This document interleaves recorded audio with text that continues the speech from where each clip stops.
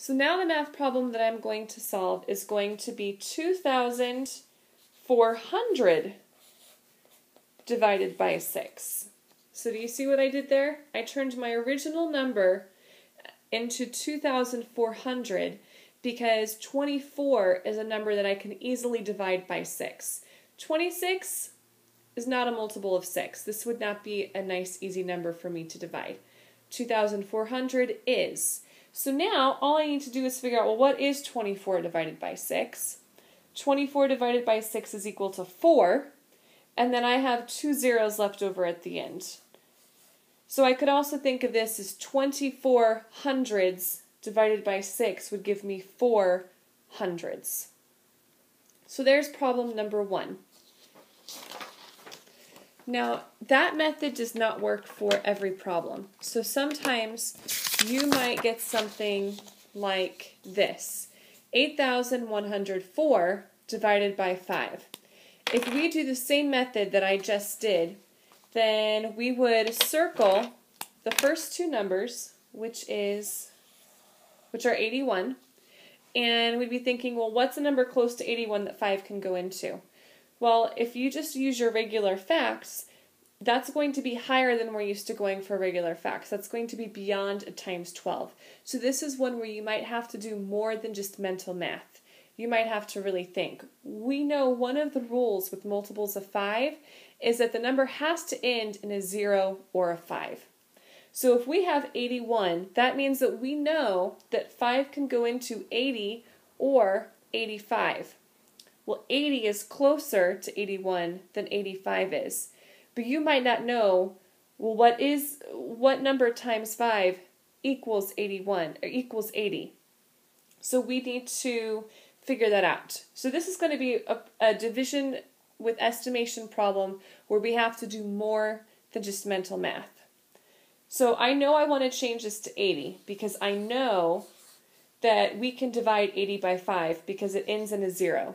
And all multiples of 5 will end in a 0 or a 5.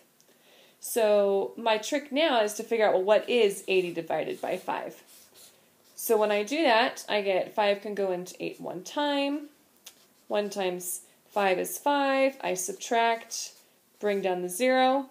5 times 6 is equal to 30, so I have nothing left over. So I know that 5 times 16 is equal to 80. So what I'm going to do is I'm going to turn this number, 8,104, into 8,000.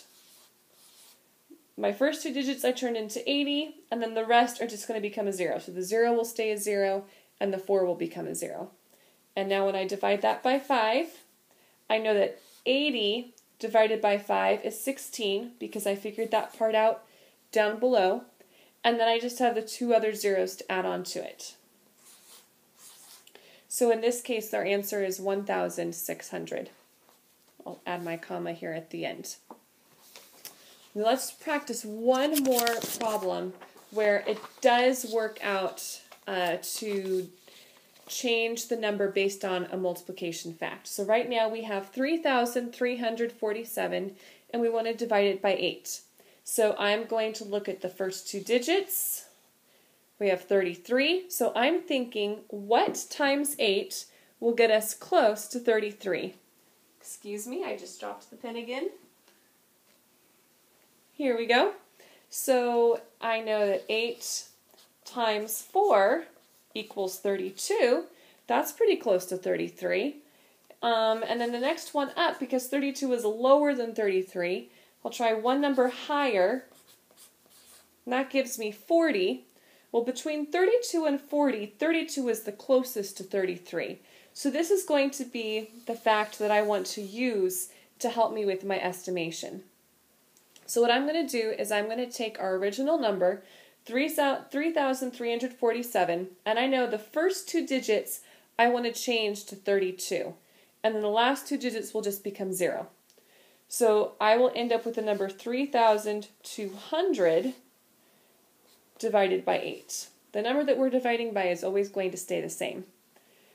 When I do that, I know that 32 divided by 8 is 4, and then I have two zeros to add on to it.